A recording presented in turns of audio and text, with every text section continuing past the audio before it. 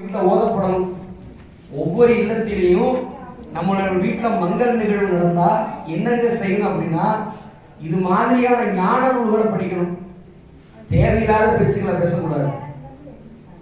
இறைவனை தவிர நாம என்னைக்கு தேவையில்லாத பேச்சு பேசுறோமோ அன்னைக்கு நமக்கு வினைதான். பேசிக்கிட்டே இருப்பாங்க, திடீர்னு சண்டை போட்டு போயிடுவாங்க.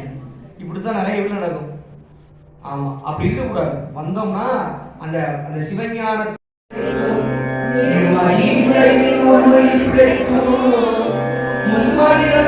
அம்பலம் பிழைக்கும்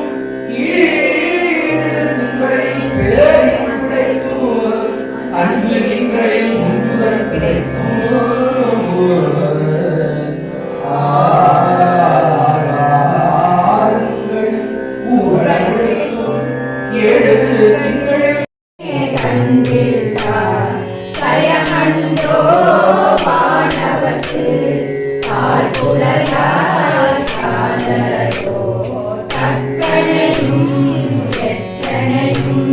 தலையறுத்து தேவகணம்